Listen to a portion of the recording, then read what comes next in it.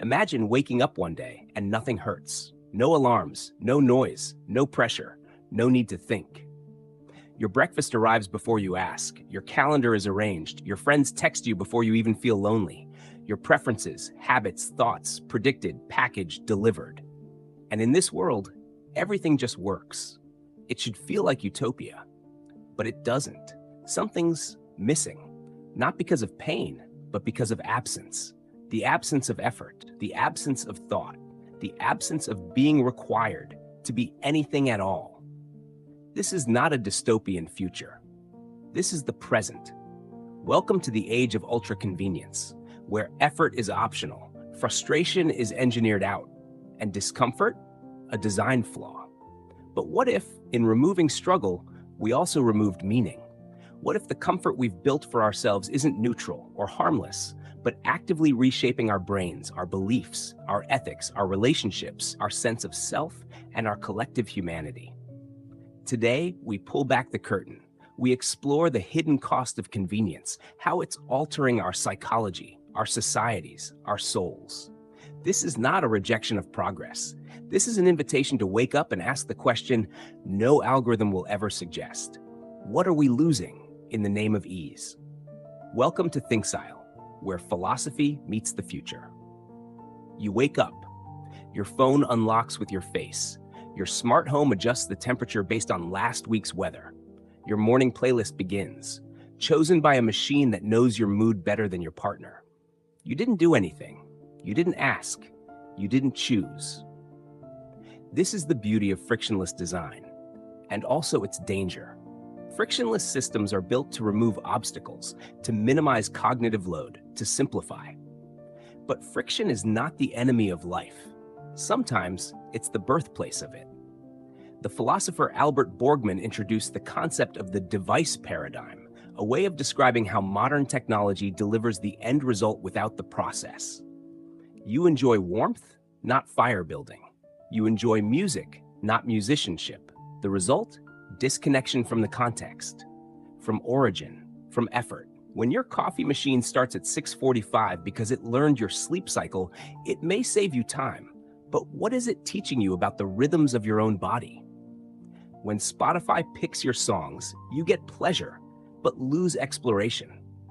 When Instagram curates your feed, you get validation, but lose perspective. We are increasingly living in a world that asks nothing of us except our data.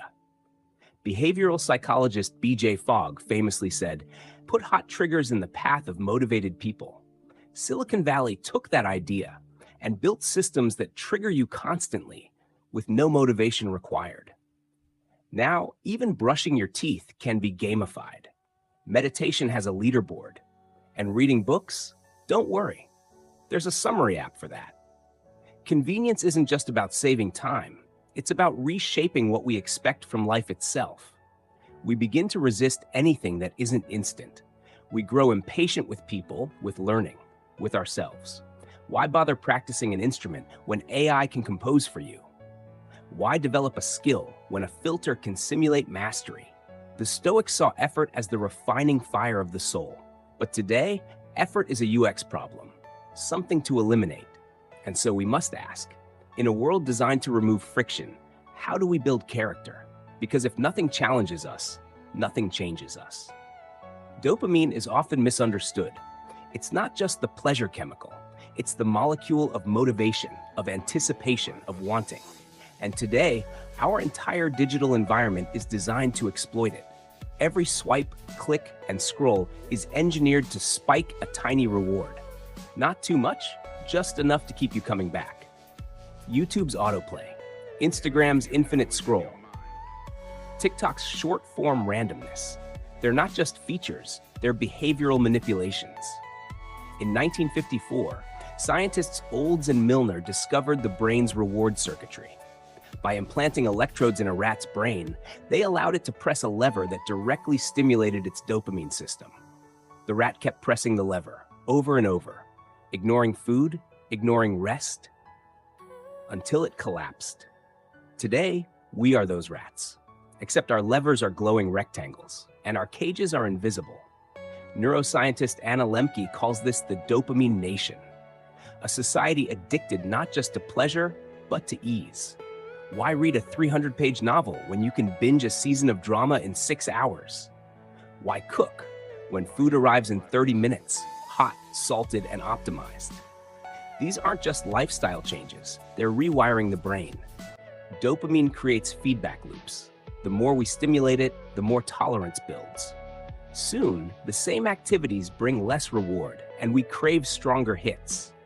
And when the hit doesn't come fast enough, boredom, irritability, withdrawal. This is where convenience becomes chemical. The philosopher Epicurus warned about shallow pleasures. He taught that true joy comes not from indulgence, but from simplicity, the absence of craving. But our world teaches the opposite. Crave more, tap faster, upgrade constantly. We are living in a kind of hedonic treadmill where satisfaction is never still. And the goal isn't peace, it's perpetual stimulation. This isn't a moral failure, it's biological design, hijacked by profit. The question is, if our motivation is outsourced to machines, can we still desire wisely? Because a society addicted to easy rewards is a society that forgets how to want what truly matters. We've never had more access to information or been less informed. We consume content the way we consume calories: fast, addictive, easy to digest, easy to forget. Just as fast food satisfies hunger but not nutrition, fast thoughts satisfy curiosity but not understanding. TikTok teaches philosophy in 60 seconds. Instagram summarizes stoicism in a pastel font. YouTube shorts promise Nietzsche explained in under a minute. It feels like learning. But is it? Philosopher Ivan Illich warned against the commodification of education. He argued that when learning becomes productized, it loses depth. We now snack on knowledge rather than engage with it. And the cost isn't just intellectual, it's existential. Deep thinking requires discomfort, reading a dense book, writing down ideas, debating them. It's slow, frustrating, challenging. But that's the point. The mind, like the body, grows through resistance. And today we are removing all resistance. We binge podcasts at 2x speed.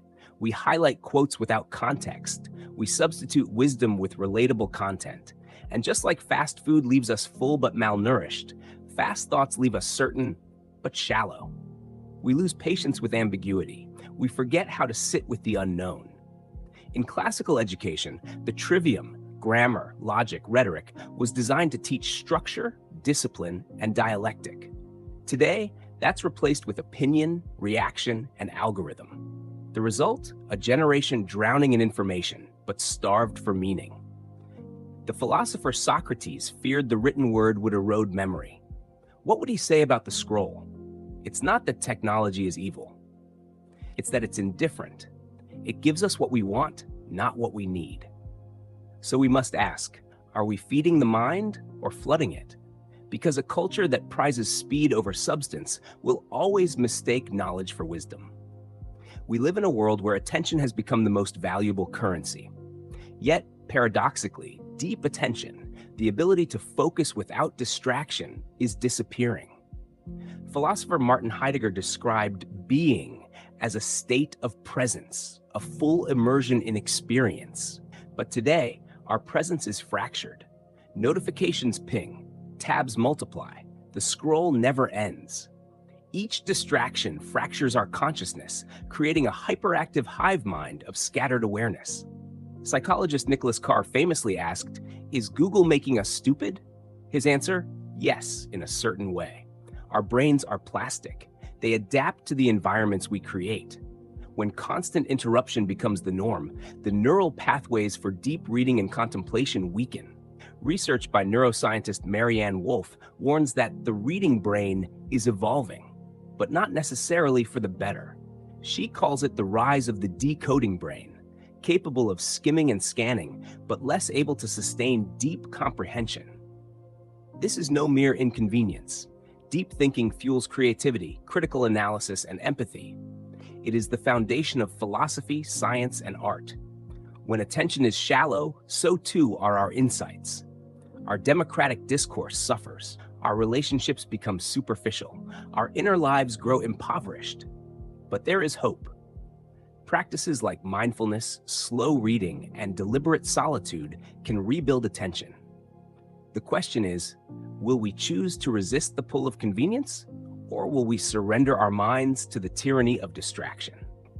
Convenience promises freedom, yet paradoxically, it can enslave. When everything is easy, what do we strive for? Philosopher Viktor Frankl wrote that meaning arises through struggle, through choosing a purpose greater than comfort. But if comfort becomes the goal itself, meaning slips away. Our lives become filled with things, gadgets, apps, endless options, designed to satisfy quickly, but rarely deeply. The existential void grows beneath the surface. We fill it with distractions, entertainment, and shallow connections. In 21st century society, busyness is a badge of honor, but busyness without meaning is just noise. We confuse activity with progress. Philosopher Søren Kierkegaard warned against the despair of the aesthetic life, where one chases pleasure but finds emptiness. Today we must ask, are we living or merely consuming? Is convenience helping us live better or simply live easier? When the deepest human needs for purpose, connection, and transcendence are unmet, no app can satisfy the soul. In a world built for ease, the self becomes fragile. Our identities are no longer anchored in struggle, growth, or meaningful challenge. Instead, they are shaped by fleeting validation, likes, shares, and comments. Social media creates a digital mirror, reflecting curated versions of ourselves. But these reflections are fragile, easily shattered by comparison and doubt. Philosopher Charles Taylor describes the modern self as buffered, protected from external realities but vulnerable inside. When the self depends on constant affirmation, it loses resilience. Failure becomes unbearable. Discomfort is avoided at all costs. Yet true identity is forged in vulnerability. Without facing hardship, pain, or uncertainty, the self remains a fragile construct. The convenience culture shields us, but at the cost of depth. How do we rebuild a self that can endure?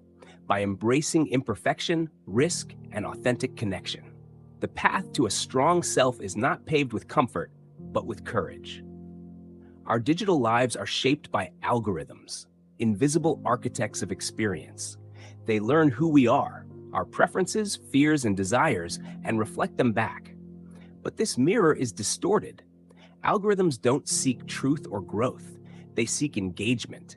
They amplify what is familiar, comfortable, and sensational. Philosopher John Baudrillard spoke of simulacra, copies without originals, realities replaced by images. Social media's algorithmic mirror shows us not ourselves, but a curated echo chamber. This shapes beliefs, attitudes, and even identity. The danger? We become trapped in a feedback loop, reinforcing biases and rejecting dissent. We begin to see the world not as it is, but as our algorithm wants us to see it. Can we break free from this mirror? Can we design algorithms that expand horizons instead of narrowing them? The future of our minds may depend on it. Democracy relies on informed citizens, engaged, critical, aware. But convenience and algorithms are reshaping how we receive information. Echo chambers fragment the public sphere. Disinformation spreads faster than facts. The philosopher Hannah Arendt warned of the dangers of the decline of the public realm. When politics becomes entertainment and news becomes spectacle, democracy weakens. We outsource judgment to platforms designed for clicks, not truth. Voting becomes a ritual without reflection. Participation becomes passive. Yet the promise of democracy remains, if we choose to fight for it. Citizens must reclaim critical thinking and seek truth beyond convenience, because a democracy of distracted minds is a democracy at risk. In a world hyper-connected by devices, true connection feels elusive. We send messages, react with emojis, share moments, but how often do we truly meet another person? Philosopher Martin Buber wrote about I-thou relationships, encounters where two beings meet authentically. But much of our interaction today is I-it, transactional, surface level, mediated by screens. Emotional AI, chatbots, and virtual companions promise intimacy, But can an algorithm truly understand loneliness? Can it reciprocate vulnerability? We risk replacing deep relationships with simulations. Comfort is found in programmed empathy, but at what cost? True connection requires risk, presence, and unpredictability.